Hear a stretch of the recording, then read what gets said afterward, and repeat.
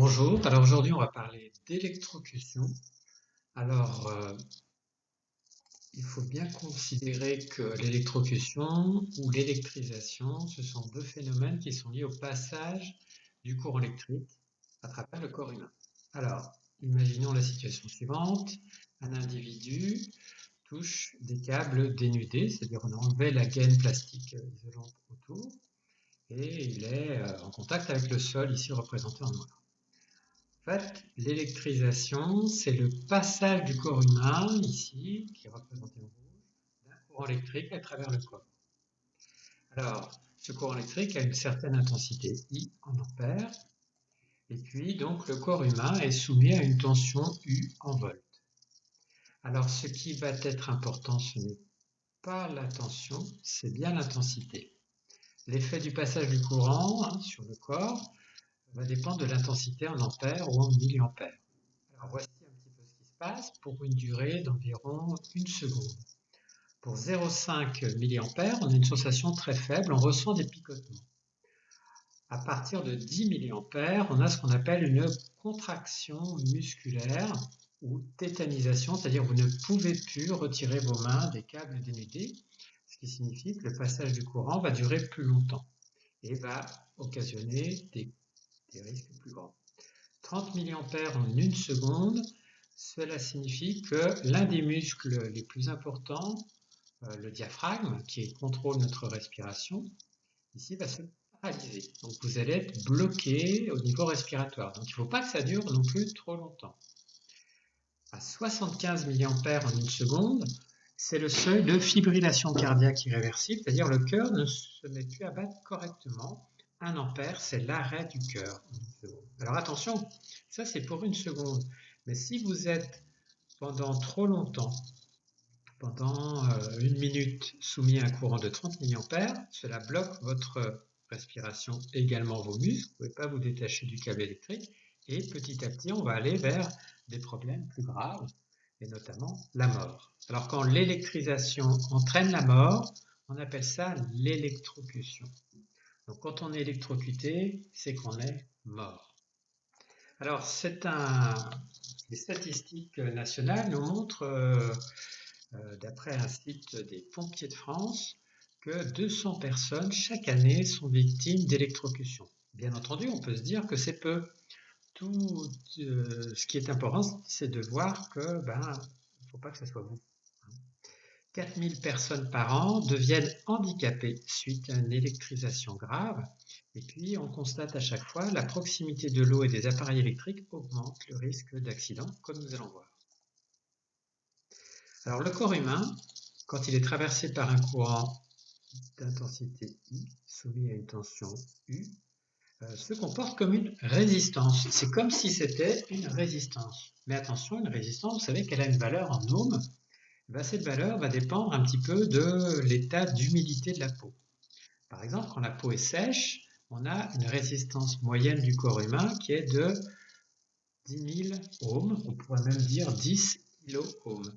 Si elle est légèrement humide, vous sortez de votre douche par exemple, ou alors vous avez transpiré, cela fait ici que la résistance diminue et passe à 5000 ohms. Si vous êtes complètement immergé dans votre bain, par exemple, et que vous faites électrocuter parce qu'un sèche-cheveux tombe dedans et qu'il est resté branché sur la prise, là, votre résistance diminue encore et elle est de 2400 ohms. Alors attention, il y a un mot important, c'est le mot moyenne. C'est une résistance moyenne.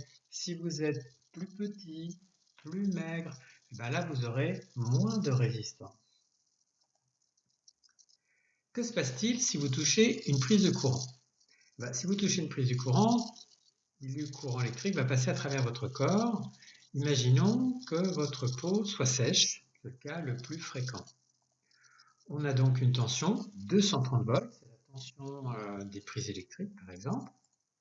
La résistance est de 10 000 ohms. Il nous faut savoir l'intensité I pour connaître l'effet sur notre corps.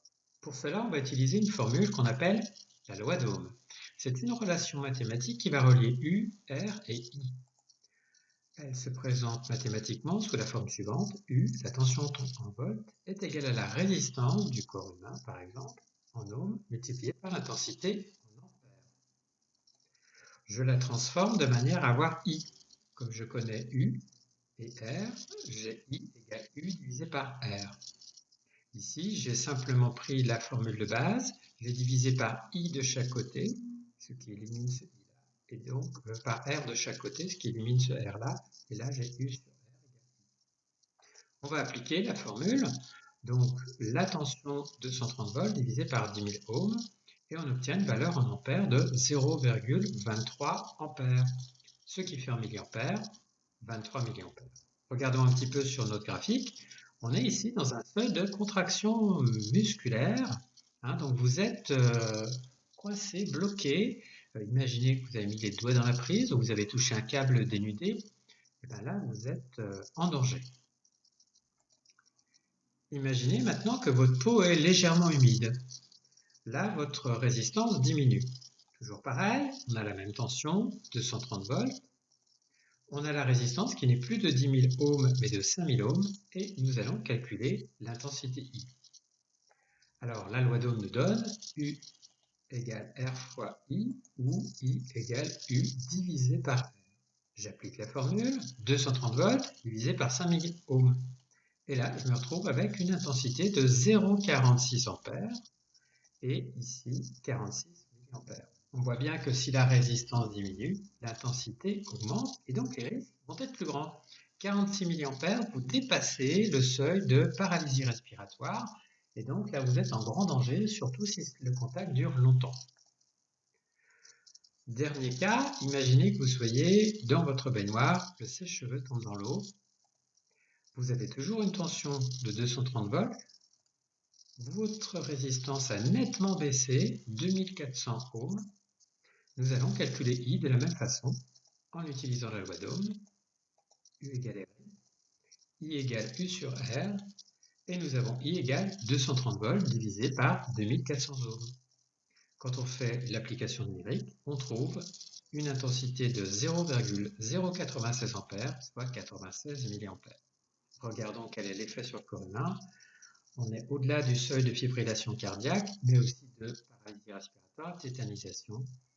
Vous allez donc être ici victime d'une électrocution, ce qui entraînera la mort. Alors comment se protéger? Premièrement, en étant observateur et en regardant bien les pictogrammes de sécurité. Certains boîtiers dans votre maison comportent ce pictogramme, il y en a également dans la salle de physique-chimie. Ce sont des armoires à ouvrir avec précaution et à votre âge, faites-le en présence d'un adulte. Maintenant, il n'y a pas que ça. Il faut tenir compte du fait de la résistance du corps humain qui ne doit être, bien sûr, pas humide, voire pas du tout immergé dans l'eau. Donc là, c'est très simple. On va couper le courant si on va travailler avant sur un circuit électrique, par exemple si vous changez une ampoule ou une prise de courant. On va débrancher les appareils si on veut les nettoyer. On ne va pas laisser de fil électrique dénudé, c'est-à-dire sans leur gaine isolante. On ne va pas utiliser d'appareil électrique sur un sol mouillé, parce que ça va faire baisser votre résistance et le courant qui va vous parcourir sera plus grand. Et enfin, on va éloigner les appareils électriques des points d'eau. Dernière chose, toujours ranger les appareils électriques après utilisation, les ayant débranchés. Je sais que parfois il peut traîner un fer à lisser ou un sèche-cheveux dans certaines salles de bain. Et bien c'est à proscrire. De manière générale, dans le secteur professionnel, on va disposer des fois de protections supplémentaires parce que les tensions peuvent être supérieures à 230 volts. On a donc des gants en latex, des chaussures de sécurité avec des semelles épaisses et dans certains cas, on peut même avoir un petit,